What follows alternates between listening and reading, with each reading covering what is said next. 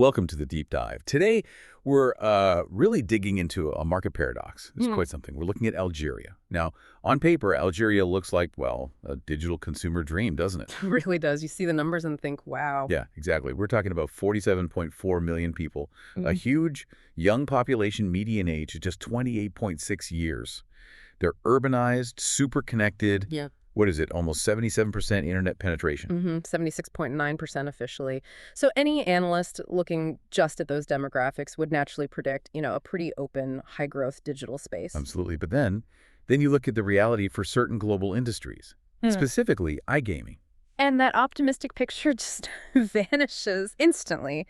The data we've analyzed gives Algeria an overall market attractiveness rating of, wait for it, 0.3 out of 10. 0.3. That's basically zero. Pretty much. And getting that score, despite the population, despite the connectivity, that's why we need to unpack this. And just for context, our analysis today comes straight from the research done by us, the Gambling Databases research team. We specialize in these country-specific reports, really getting into the nitty-gritty of regulations, tax, operator conditions, all that stuff globally. Right, providing a clear, data-driven picture. And the executive summary for Algeria, it pulls no punches. Market entry barrier, absolute. Legal status, prohibited, absolutely. So our mission today is to figure out, piece by piece, why a country with all this potential is rated, effectively completely closed. Well, it's closed because the ban isn't just, an economic policy. It's deeply legislative, deeply cultural. For any private company thinking about entering, the legal structure isn't just restrictive.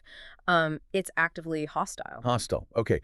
So looking at the actual laws, it's not just one thing, is it? It sounds like a whole regulatory wall built from different parts of the legal system. Can you break that down? Yeah, it's a good way to put it all. It's multi-layered.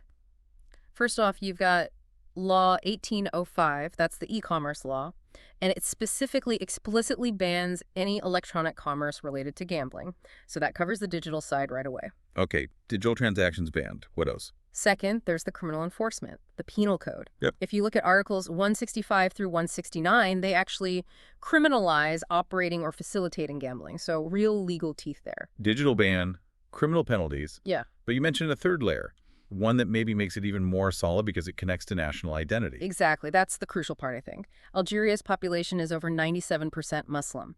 And the religious prohibition against gambling mazer, which is considered haram, forbidden isn't just a guideline, it's actually written into law. Into a law? How? The Algerian Family Code, Article 222. It categorically prohibits games of chance, and it does so based directly on those Sharia principles. So when you have civil law, criminal law, and family law all saying no, well, that's a pretty unshakable legal position. Right. That makes it absolutely watertight for any private business. But there is some legal gambling, isn't there? The state itself seems to have found a way around this. How does that work? How do they square that circle with the religious aspect? Yeah. It's managed through a very, very narrow exception, tightly controlled. It's the state monopoly called Paris Sportif Algérien, PSA for short. PSA. They are the only authorized operator, and critically, they're restricted entirely to land-based activities, think physical retail spots only. Right. And even then, it's just limited sports betting pools, the state lottery, and scratch tickets. No online presence for them. So very limited, very controlled, physically based. And this is basically the government's way of providing some kind of legal outlet, however small, while trying to respect that religious ban on private profit from games of chance. Which comes back to where the money goes, right? Yeah. The sources suggest the destination of the funds is key to making it acceptable. Absolutely key, to make sure the whole thing aligns with the principle that gambling proceeds shouldn't enrich individuals but benefit society. All the net revenues from PSA, every centime, goes directly to charitable causes and funding national sports programs. Okay. So the state collects it, but immediately funnels it into social good. That's how they sort of neutralize the moral objection. Exactly. It's a mechanism. Capture the limited activity, reroute the profit to the community. No private enrichment. Makes sense. So we've got this reinforced wall, cultural, criminal, commercial, channeling the tiny bit of legal activity towards charity. But for an international operator, someone listening might still wonder, is there any potential path, any application process, even a theoretical one? Look, the answer from the data is just definitive and blunt. There is zero regulatory infrastructure for licensing anyone outside PSA. There's no licensing framework, there's no application process you can start, and crucially, there isn't even a regulatory body whose job it would be to oversee or approve private iGaming. The Ministry of Youth and Sports keeps an eye on PSA, the state entity, but they don't issue commercial licenses, period. So for private operators, the market legally just doesn't exist. Correct. It's legally non-existent for third parties. Wow. Okay, that's clear. But then let's pivot back to that potential, the demographics, because that's where the paradox really bites, isn't it? Section 2, the sheer demand potential that theoretically should make a market like this hard to keep completely sealed off. Let's just hit those numbers again. 47.4 million people, young, digitally engaged, high internet use, sure, but the mobile connectivity, it's off the charts, 116% penetration. That's, what, 54.8 million mobile connections, more connections than people? Right, and 2/3 of all web traffic is mobile. That is, textbook conditions for a ready-made digital market. Exactly. That high mobile use, the young population, it's the perfect recipe for massive immediate uptake of online gambling, if it were allowed. Which is precisely why offshore operators are always tempted, to try and find cracks, chip away at the edges. But in Algeria, the state hasn't just made laws, they've backed them up with pretty effective technical enforcement. Right, it's not just on the books. No, this isn't passive. The authorities are actively enforcing ISP blocking. They make the internet service providers systematically block access to known foreign gambling websites. It's an ongoing thing. Okay, ISP blocking, what about payments? Same story. Payment processors face heavy restrictions. They're basically prevented from processing gambling transactions through the legitimate financial system. Okay, so ISP blocks, payment blocks. We've seen that dual approach elsewhere, but there's always been a workaround, hasn't there? The thing that keeps offshore alive globally, crypto, using digital currencies to bypass banks, maybe access sites with VPNs. And that was the weak point, historically, in many closed or restricted markets. But Algeria saw this loophole, and they acted decisively. This is probably the single most critical recent regulatory move affecting the space in the region. The July 2025 cryptocurrency ban, Law 2510. A crypto ban. Tell us why that's such a big deal, specifically for blocking offshore gambling. Because it's not just regulating crypto, it's a total crackdown. The law makes all crypto activity illegal. We're talking trading, even just holding it. Wow. By criminalizing crypto itself, the government has effectively slammed the door on the last major route for people to access and fund illegal offshore gambling sites anonymously. It really shows a deep, ongoing commitment to enforcing the ban across the entire digital landscape. This isn't just a filter, it's using state power to control that anonymous digital space. That is aggressive. It sends a very clear signal, zero tolerance for getting around the rules. So, hypothetically, if some foreign operator was reckless enough to ignore all this and try to target Algerian players, what happens to them? What are the actual penalties? Well, the risk is severe for any executive, any staff involved. The penal code is clear. Criminal prosecution. That carries jail time 3 to 12 months plus fines, anywhere from DZD 500 up to 20,000. It's a very real non-negotiable threat. Okay, serious consequences. Now, before we get to the final investment verdict, let's quickly circle back to that legal state-run stuff, the PSA activities. Even for a player using the state lottery, the legal option, you mentioned the finances are structured to discourage big personal wins. Oh, absolutely.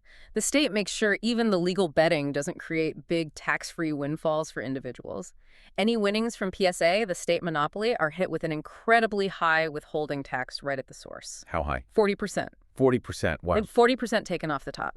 And just like the PSA's operating revenue, that huge chunk of tax money is immediately earmarked for charity and sports development. So again, reinforcing the societal benefit over individual gain. The player themselves carries a big part of that social contribution through tax.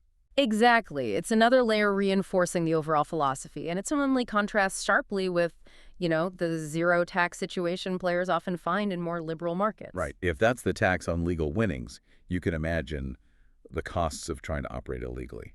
Yeah. Okay, let's move into our final section, Section 3. We know you can't operate legally, you can't easily process payments. Presumably, you can't advertise either. Confirmed. Total blackout on that front, too. The ban extends completely to any kind of market visibility. Advertising, marketing, gambling services, strictly forbidden. Doesn't matter the medium, TV, radio, online, affiliates, sponsorships, none of it. So zero chance to build a brand or attract customers legally. None whatsoever. Okay, so let's pull it all together. We have the absolute legal prohibition rooted in multiple laws and culture. We have the state monopoly channeling funds to charity. We have active, aggressive digital enforcement, including that game-changing crypto ban, and a complete ban on marketing. What's the final definitive investment conclusion from the source material? The bottom line. Well, first, even the theoretical size of the legal state-run market is tiny. Estimates put it somewhere between, say, 50 and 75 million US dollars annually, which for a population that size just underlines how restricted it is. Right. Tiny relative to the potential. But the really crucial figure for any potential private investor is the forecast on return. And we have to quote the report's verdict directly here. Time to break even and time to positive ROI is never operations are criminal offense. Never. Never. That's the final assessment. Consequently, the recommended investment amount for trying to enter Algeria's iGaming market is zero. That word never is just so stark. But, markets do change. Regulations evolve over time. Why is reform, maybe some kind of liberalization, considered basically impossible here? Why is it seen as permanent? Two main reasons, really. First, look at the government's actions. They haven't been sitting still. They've been actively strengthening the bans recently. That 2025 crypto ban is a prime example. It shows the political will is to close loopholes, not open doors. Okay, recent actions point towards tightening, not loosening. Exactly. And second, the political and cultural context is just paramount. Remember that 97% Muslim population. The strength of religious and cultural opposition to gambling is seen as, well, an insurmountable and permanent obstacle to liberalization. Any government move towards easing restrictions would likely be incredibly destabilizing socially and politically. So the government prioritizes stability and cultural norms over any potential economic gains from opening this specific sector. This isn't a market that's just closed for now. It seems closed by a deep, entrenched, permanent decision. That really crystallizes it. Algeria becomes this textbook case, doesn't it? A market with all the raw ingredients for huge digital consumerism. The youth, the phones, the internet access, but all that potential is just fundamentally blocked, permanently blocked by law, religion, and politics all woven together. You really can't separate the culture from the commerce. You absolutely can't. The sheer weight of that legal and cultural consensus just completely overrides the pull of the demographics and the tech infrastructure. So we've covered the legal wall, that interesting state charity model, the tough digital enforcement, the crypto ban, and why that never ROI forecast is so solid. And maybe that leaves you, the listener, with a thought to chew on. Given Algeria's really strict active enforcement, and especially that decisive move to criminalize crypto, what does this specific case tell us about the future? The future of digital anonymity and state control in other big markets where religion or powerful state monopolies call the shots. Are digital workarounds always going to find a way, or can states effectively shut them down long-term if they really commit? Something to think about indeed. This deep dive was based on one of the detailed country reports produced by the Gambling Databases research team. As we mentioned, we're dedicated to delivering these in-depth analyses of the global iGaming landscape, digging into regulations, tax, operator conditions country by country. For the full text of this report on Algeria and many others, you can visit our website at gamblingdatabases.com. Thanks for joining us on the deep dive.